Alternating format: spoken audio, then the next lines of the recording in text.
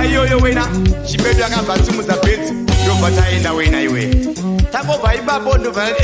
semunhu akanga atumawo munhu muhombe ndobva ndabvisawo mukono wangu wezana remadhora ndakati ko moendawo muchiterowo peturu nokuti mazauro emota yanyu inenge inodhura ndobva taonekana chimedu ndobva aenda ndobva ndaenda kwandaenda asi handina kumboora mwoyo ini tu neroti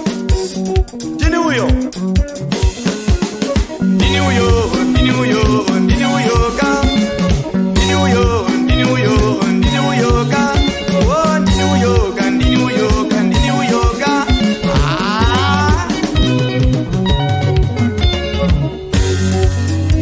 chingobva ipapo ndobva ndasvika kumba kweshamwari yangu muchakabholena ndidembo zvakanzi wauya kangwashi ndauya baba zvakanzi ngo zvanetsa zviko ndakati nauka iyaya ndakambokupirai paipaika zvino ndandichitika munongo ndimiwoka munogona kuti semuhombeka demba hana kumboita naro shamwari ndobva taperekedzana ndobva taenda paipai tasvika paipai indobva ndasara ndakamira pakabhiriji pangu paya ndobva afumba zvishomanana asvika paipai haana kuda kutaura zvakawanda wena zvakaita ipapo dembo izvo zvaakaita ipapo donzwa